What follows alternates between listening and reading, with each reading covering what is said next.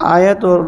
حدیث دونوں میں حج کا لفظ آیا ہے، اس سے آپ نے اندازہ لگایا ہوگا کہ یہ آج کا ہمارا موضوع حج کے فضائل سے متعلق، کیونکہ حکومت نے حج کی پالیسی کا اعلان کر دیا ہے، اور اب یہ نہیں ہوتا کہ جب چاہیں آپ جب مرضی حج کے لیے چلے جائیں، ایسا نہیں ہوتا۔ حکومت کی پالیسی سے کے متعلق آپ نے درخواستیں دینی ہوتی ہیں، اور اسی کے مطابق قرآن اندازی ہوتی ہے، پھر اسی شیڈول کے مطابق جانا ہوتا ہے۔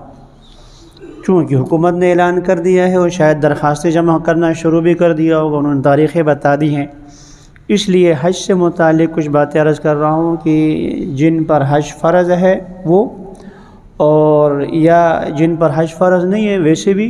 عمل کرنا چاہیں تو اس سے متعلق فضائل۔ انسان چونکہ حریص ہے،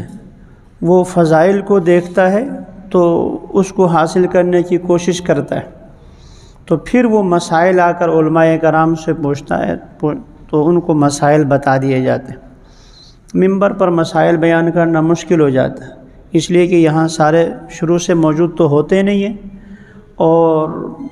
آتے جاتے ہیں تو وہ جو پہلی والی بات کان میں نہیں پڑتی،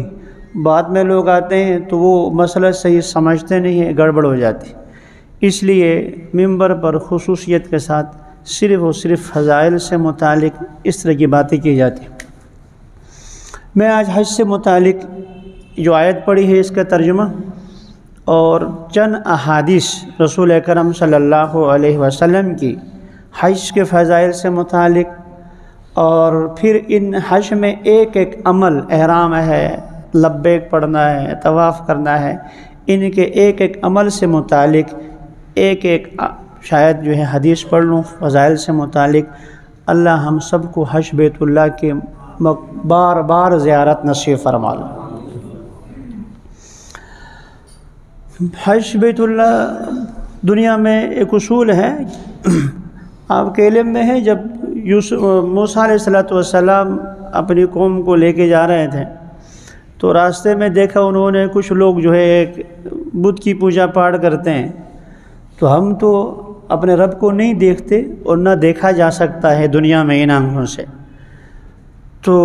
اللہ کا حکم مان کر رسول اکرم صلی اللہ علیہ وسلم کا طریقہ سمجھ کر ہم ادھر رخ کر نماز پڑھتے ہیں، لیکن سامنے کوئی محسوس چیز ہو تو توجہ زیادہ جو ہے وہ منحصر رہتی ہے۔ تو انہوں نے دیکھا کہ کچھ لوگ جو عبادت کرتے ہیں، تو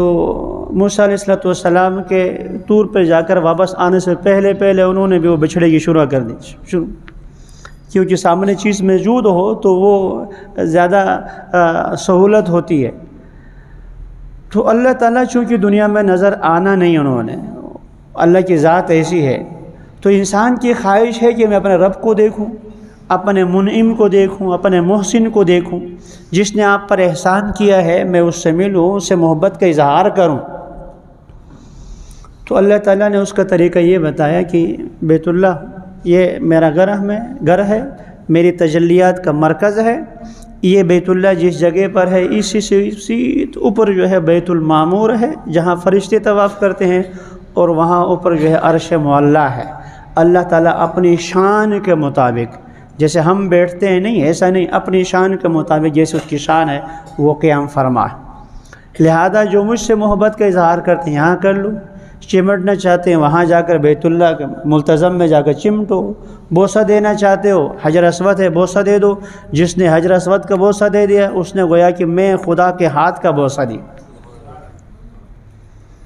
رسول اکرم صلی اللہ علیہ وسلم فرماتے ہیں بیت اللہ حجر اسود جو ہے، حجر اسود کی آنکھیں ہوں گی، جس نے اس کو بوسہ دیا ہوگا کل قیامت کے جو اس کی گواہی دے گا۔ حجر اسود کو بوسہ دینے سے، چومنے سے انسان کے گناہ مٹ جاتے ہیں۔ وَلِلَّهِ عَلَى النَّاسِ حِجٌّ، اسلام کی جو چار بنیادی کلمہ پڑھنے کے بعد، لا الہ الا اللہ محمد رسول اللہ کے بعد جو چار بنیادی فرائض ہیں، اسلام کی بنیاد 5 چیزوں پر ہے۔ حضور نے فرمایا بنی الاسلام علی 5، پہلی چیز شہادت اللہ الہ الا اللہ، وہ تو کلمہ شہادت ہے۔ اس کے بعد نماز، روزہ، زکوٰۃ اور حج، یہ 4 ستون ہیں 4 کناروں پر۔ جیسے نماز فرض ہے ایسے ہی روزہ فرض ہے، جیسے روزہ فرض ہے ایسے ہی مالدار پر زکوٰۃ فرض ہے، جیسے زکوٰۃ فرض ہے ایسے ہی جس کے پاس پاؤ پیسہ موجود ہے، استطاعت ہے، اس پر حج فرض ہے۔ یہ چاروں ایک جیسے فرض ہیں، اس میں اونچ نیچ نہیں ہے، سب کے سب برابر کے فرض۔ لیکن نماز ماشاءاللہ چونکہ اس میں خرچہ تو نہیں ہوتا تو اس لیے لوگ نماز پڑھتے ہیں، اور اگر جوانی میں نہ پڑھیں تو بڑھاپے میں توفیق ہو جاتی ہے، چلو اس بڑھاپے میں اب کیا کرنا ہے، اب تو پڑھنا ہی پڑھنا ہے۔ یہی حال روزے کا بھی ہے۔ لیکن حج عمل ایسا ہے اچھا خاصا جو ہے اس میں پاؤ پیسہ خرچ ہوتا ہے، اور پیسہ خرچ کرتے ہوئے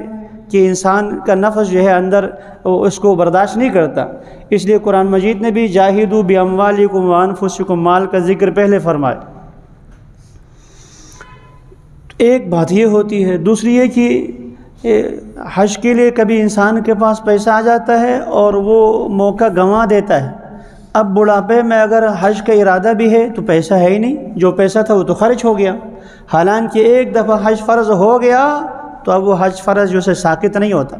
وہ گناہگار اگر حج نہیں کیا۔ زندگی میں حج فرض ہو گیا تھا اور اگر حج ادا نہیں کیا تو اب مرتے وقت اس کے لیے وصیت کرنا فرض ہے، اور اگر وصیت نہ کرے تو اولاد کی مرضی ہے، چاہے تو ان کی طرف سے حج کریں چاہے تو نہ کریں، اور وصیت کر بھی لیا تو اولاد کے ذمہ صرف 1/3 جو مال چھوڑ کے چلا گیا ہے تو اس کے 1/3 حصے تک حج فرض ہو جاتا ہے، پیچھے والے اگر نہ کرنا چاہیں تو حج میں کوتاہی زیادہ ہوتی ہے۔ اللہ فرماتے ہیں وَلِلَّهِ عَلَى النَّاسِ حِجُّ الْبَيْتِ مَنِ اسْتَطَاعَ إِلَيْهِ سَبِيلًا، جو وہاں جانے کی طاقت رکھتا ہے اس پر اللہ کے لیے حج کرنا فرض ہے۔ عبداللہ بن عمر رضی اللہ تعالیٰ عنہما راوی ہیں، ترمذی شریف میں حدیث ہے، ایک صحابی نے پوچھا رسول اللہ یہاں جو استطاعت کا لفظ آیا ہے، جس کو استطاعت ہو وہ حج ادا کر لے، استطاعت سے کیا مراد؟ رسول اکرم صلی اللہ علیہ وسلم نے ارشاد فرمایا الزاد والراحلہ، سواری کا بندوبست ہو اور خرچے کا بندوبست ہو۔ آج کل سواری کا بندوبست، ٹکٹ کا خرچہ ہو اور جا کر واپس آنے تک پیچھے گھر والوں کا خرچہ موجود ہو، لہذا جس شخص کے پاس اپنے آنے جانے کا ٹکٹ اور اسی طریقے سے واپس آنے تک پیچھے گھر والوں کا پیسہ موجود ہو، گھر کا خرچہ موجود ہو، اور اس کے چاہے وہ پیسہ اس نے مکان بنانے کے لیے، شادی کے لیے، گاڑی لینے کے لیے جس نیت سے بھی محفوظ کیا ہے، ضروریاتی زندگی سے بچ کر اتنا پیسہ اس کے پاس موجود ہے کہ آنے جانے کا خرچہ اور اتنے دیر تک پیچھے گھر والوں کا خرچہ بنتا ہو، اس پر حج فرض ہو جاتا ہے۔ اگر حج فرض نہ بھی ہو، فرض اور ساتھ ساتھ جو حج نہ کرنے والوں کی وعیدیں، یہ تو انشاءاللہ میں بعد میں بیان کروں گا، فضائل ہی اتنے زیادہ ہیں حج کے کہ یہ فضائل انسان سوچ کر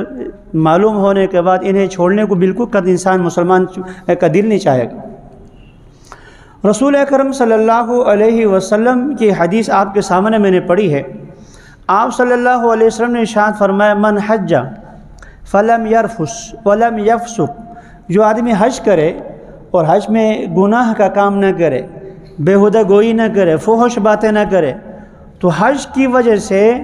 وہ گناہوں سے ایسا پاک صاف ستھرا ہو جاتا ہے، دھل جاتا ہے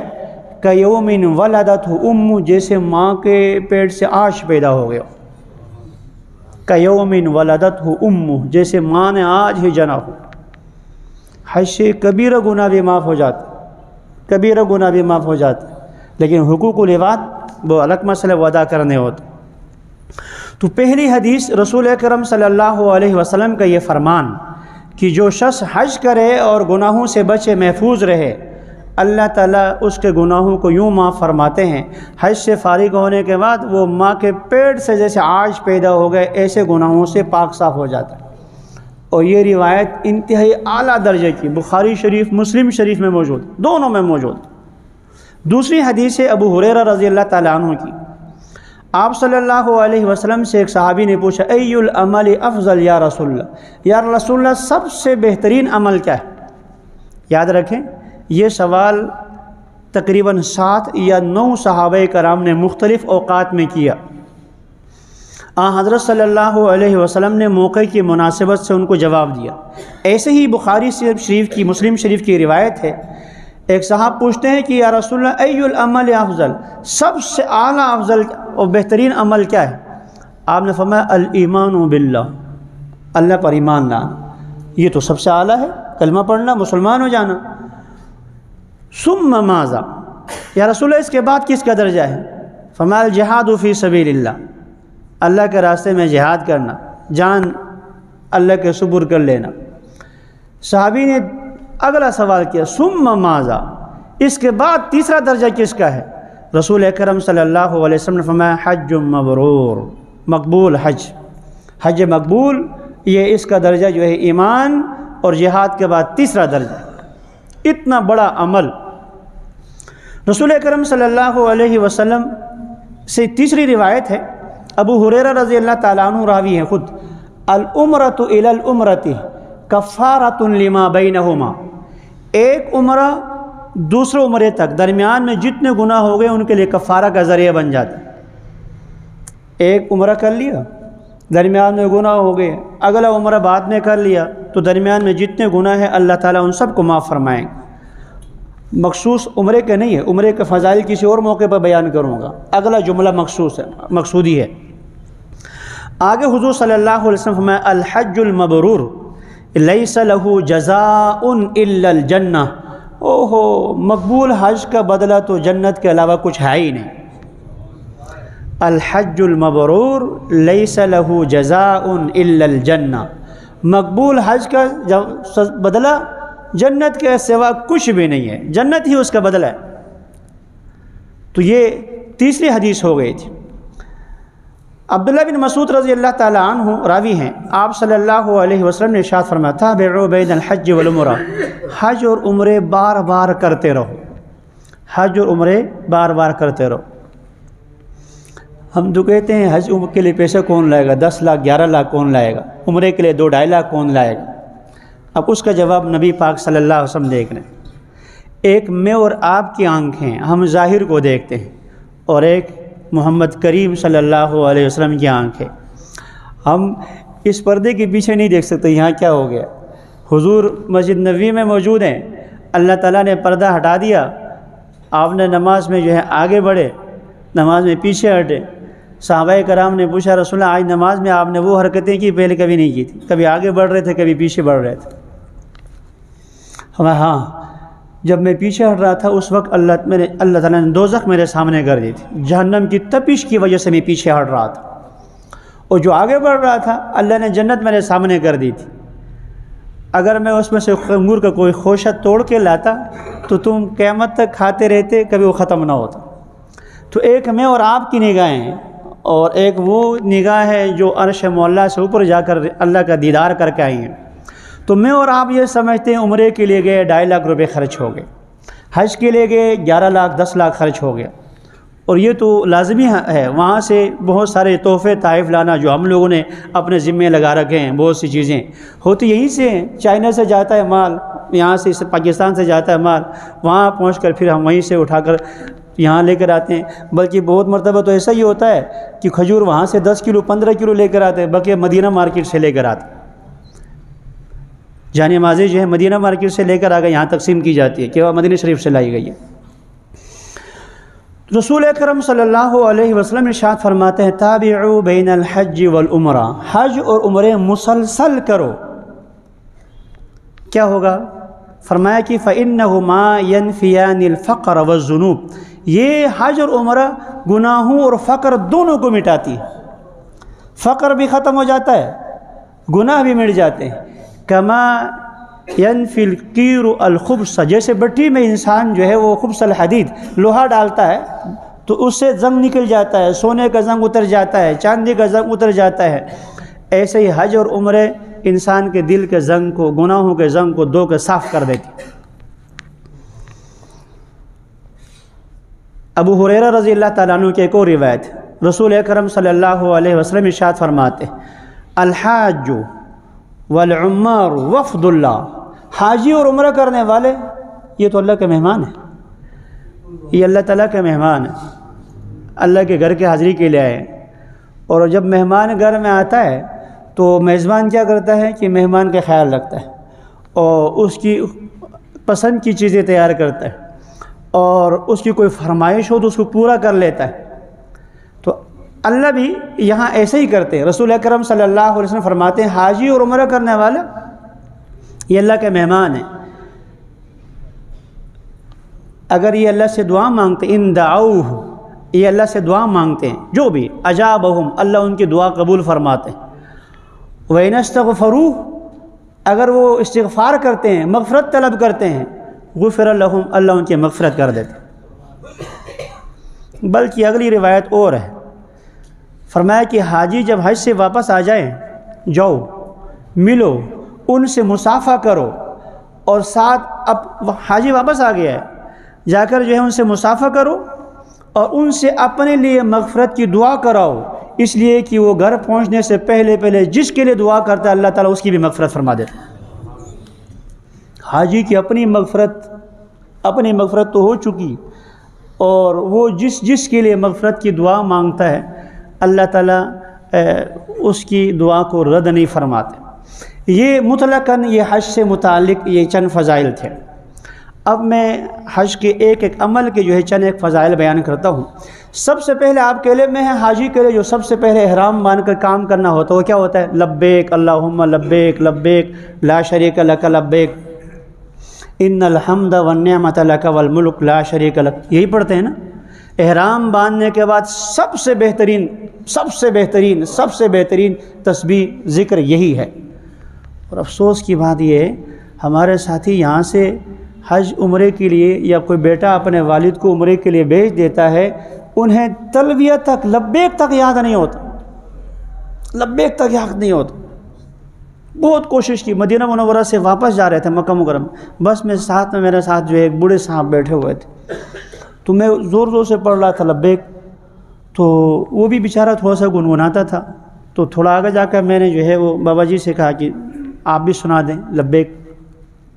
حالانکہ وہ مکہ مکرمہ سے عمرہ کر کے آیا ہوا تھا، مکہ مکرمہ سے عمرہ کر کے مدینہ منورہ، اور مدینہ منورہ میں قیام کے بعد اب اگلے واپسی کے لیے جا رہے ہیں ہم لوگ۔ تو میں نے بہت کوشش کی مکہ مکرمہ پہنچنے تک، لبیک اس کو یاد نہیں ہوا۔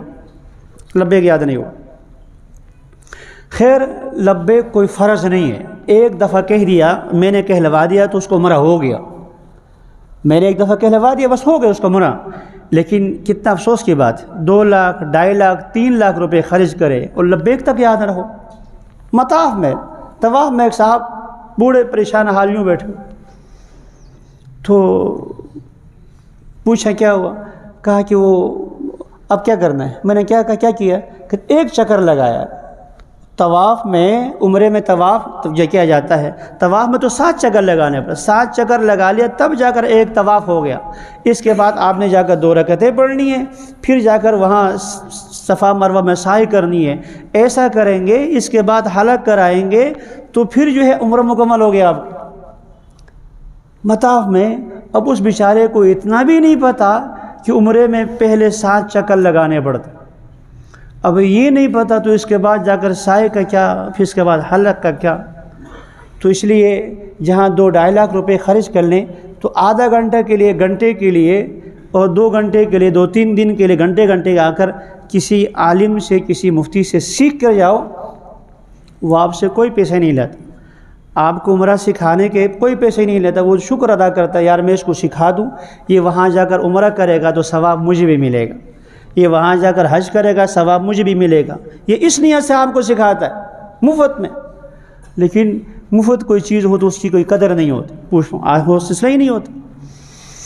تو لبیک جب انسان پڑھتا ہے، ترمذی شریف کی روایت ہے، رسول اکرم صلی اللہ علیہ وسلم نے ارشاد فرمایا ما من مسلم یلبی الا لبى من عن یمینہ و شمالہ، کوئی مسلمان احرام باندھ کر لبیک پڑھتا ہے، اس کے دائیں بائیں جتنے پتھر، شجر، حجر، مدر، 3 لفظ ہیں، کوئی پتھر، کوئی ٹھیکری، مٹی کا ڈیلا، کوئی درخت، جتنے بھی ہیں دائیں بائیں آخر زمین تک، ہر ایک اس کی لبیک پر جواب دے کر لبیک کہتے ہیں، اور یہ کل قیامت کے دن اس کے گواہ بن جائیں گے، صرف لبیک کے یہ فضل، لبیک کہنے پر۔ احرام کی حالت میں ایک دن گزار دیا، عمرے میں تو یہاں سے ہمارا ایک آدھ ہی دن لگتا ہے اور حج میں 5 دن لگتے ہیں، حج کے کم از کم 5 دن ہوتے ہیں، اگر کوئی لمبا رکھے تو لمبا بھی ہو سکتا ہے۔ رسول اکرم صلی اللہ علیہ وسلم کی حدیث ہے، جو شخص احرام کی حالت میں غروب کرا دے، صبح احرام باندھا ہوا ہے، چاہے وہ حج کا احرام باندھا ہوا ہے یا عمرے کا احرام باندھا ہے، مغرب ہو گئی اور حالت احرام میں ہے ابھی، یہ فرمایا گناہوں سے ایسا صاف ہوتا ہے کیوم ولدتہ امہ، جیسے ماں سے آج پیدا ہو گیا۔ ابھی عمرہ نہیں کیا، ابھی احرام باندھ کر جا رہا ہے، ابھی تو احرام کی حالت میں، تو یہ فضیلت احرام باندھنے کی صورت۔ تیسری حدیث عبداللہ بن عباس ہیں، فرمایا صرف بیت اللہ کی فضیلت، اب احرام کی فضیلت لبیک کے بعد فرمایا رسول اکرم صلی اللہ علیہ وسلم نے کعبہ پر روزانہ 120 رحمتیں نازل ہوتی، کعبہ پر روزانہ 120 رحمتیں، 60 رحمتیں ان کے لیے ہیں جو طواف کرتے ہیں، 40 رحمتیں ان کے لیے ہیں جو نماز پڑھتے ہیں۔ بیت اللہ جا کر وہاں طواف کے ثواب جو ہے نفل پڑھنے سے زیادہ ہے۔ تھک گئے تو پھر ٹھیک ہے بیٹھ کر نفل پڑھتے رہو، ورنہ جتنی کوشش کرے طواف کرتے چلے جائیں۔ طواف والوں پر 60 رحمتیں، 40 رحمتیں نماز، فرمایا کہ 20 رحمتیں ان کے لیے نہ نماز پڑھتے ہیں نہ ذکر ہے، صرف بیت اللہ کو دیکھ کے بیٹھ رہے ہیں، صرف بیت اللہ کو دیکھنے والوں کے لیے 20 رحمتیں۔ اگلی حدیث عبداللہ بن عباس فرماتے ہیں بیت اللہ کی ایک حدود حرم، صرف بیت اللہ نہیں، پورے حدود حرم میں ایک نیکی 1 لاکھ کے برابر، ایک نیکی 1 لاکھ، ایک دفعہ سبحان اللہ کا 1 لاکھ، ایک دفعہ الحمدللہ کا 1 لاکھ، وہاں جا کر جو ہے آپ نے قرآن ختم کیا 1 لاکھ قرآن ختم کا ثواب، استغفار پڑھ لیا، درود شریف پڑھ لیا، ایک ایک نیکی 1 لاکھ کے برابر۔ اور پیدل حج کرنے کا کیا ثواب ہے، سبحان اللہ۔ عبداللہ بن عباس مرض وفات میں اپنے اولاد کو جمع کیا، وصیت کر رہے ہیں، ایک تمنا ہے، ایک عمل، وہ تو میں وصیت کر کے جا رہا ہوں، افسوس ہے کہ کاش جو ہے پیدل حج کا ثواب، پیدل حج کرنے کا موقع مل جائے، پیدل حج کرنے کا۔ اب بجی پیدل حج کا فضیلت کیا ہے؟ فرمایا پیدل حج کرنے کی فضیلت یہ ہے، جو شخص پیدل حج کرتا ہے ایک ایک قدم پر حرم شریف کی 700 نیکیوں کو بقدر ثواب ملتا ہے، ایک قدم پر حرم شریف کی 700، اور حرم کی ایک نیکی جو ہے 1 لاکھ کے برابر ہے، گویا کہ ایک قدم پر 7 کروڑ نیکیاں مل رہی، ایک قدم پر 7 کروڑ پیدل حج کرنے کا۔ اور آپ کے علم میں ہیں آج کل تو پیدل حج سفر کرنا بہت آسان، بسوں پر جانے کی بجائے پیدل نوجوان وہ سرنگیں بنی ہوئی ہیں، سہولت کے ساتھ انسان سفر کر سکتا ہے۔ اور عمرے کے طواف سے متعلق رسول اکرم صلی اللہ علیہ وسلم نے ارشاد فرمایا، جو شخص اچھی طرح وضو کرتا ہے، احرام باندھتا ہے اور آ کر حجر اسود کے سامنے آ کر وہ بسم اللہ اللہ اکبر استلام کر کے جو طواف شروع کرتا ہے، تو جب طواف شروع کرتا ہے اللہ اس کے ایک ایک قدم پر 70,000 نیکیاں لکھ دیتے ہیں، 70,000 گناہ معاف فرماتے ہیں، 70,000 درجات بلند فرماتے ہیں۔ قیامت کے دن اس آدمی کی سفارش سے 70 بندوں کی مغفرت کر دی جاتی ہے۔ یہ فرض حج کا نہیں، جو بھی حج کا ہے، عمرے کا ہے، گیا وہاں جا کر طواف کی فضیلت اس کی ہے۔ اور رسول اکرم صلی اللہ علیہ وسلم نے ایک اور ارشاد فرمایا،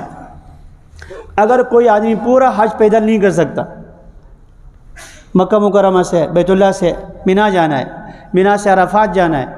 اور عرفات سے دوبارہ مزدلفہ آنا ہے، مزدلفہ سے مینا جانا ہے، یہ لمبا ہے، اگر کوئی نہیں کر سکتا، صرف اور صرف مینا سے عرفات غالباً 7 کلومیٹر اتنا کچھ ہوگا، مینا سے عرفات جو شخص پیدل چلا جائے، مینا سے عرفات، رسول اکرم صلی اللہ علیہ وسلم نے ارشاد فرمایا اس کو حرم کی 7 لاکھ نیکیاں ملتی ہیں، مینا سے عرفات پیدل جانے پر حرم کی 7 لاکھ، میں نے بھی ضرب لگایا 10 ارب نیکیاں بنتی ہیں، صرف اور صرف۔ اب یہاں سے کھنا پل ہوگا میرے خیال میں، یہاں سے کھنا پل کتنا، یا فیض آباد کہہ رہے ہیں، پیدل جانا ہے آپ نے، اور وہاں سعودی حکومت نے اتنی سہولت کر دی ہے، راستے میں آپ کو جوس بھی دیتے ہیں لوگ، وہاں آپ کو لبن بھی دیتے ہیں، لسی بھی دیتے ہیں، آرام سے چلے جائیں، اتنے جو ہے سفر کریں تو 10 ارب نیکیاں 10 ارب نیکیاں اللہ تعالیٰ فرماتا ہے۔ رسول اکرم صلی اللہ علیہ وسلم نے فرمایا کہ جمرات کو کنکریاں مارتے ہیں جا کر، پہلے دن ایک شیطان کو مارتے ہیں، دوسرے تیسرے دن دو شیطانوں کو ساتھ ساتھ۔ فرمایا کہ ایک ایک کنکر پر اللہ تعالیٰ اس کے اتنا ایک بڑا گناہ معاف فرماتا ہے جو ایک گناہ اس کو جہنم واجب کر دیتا ہے۔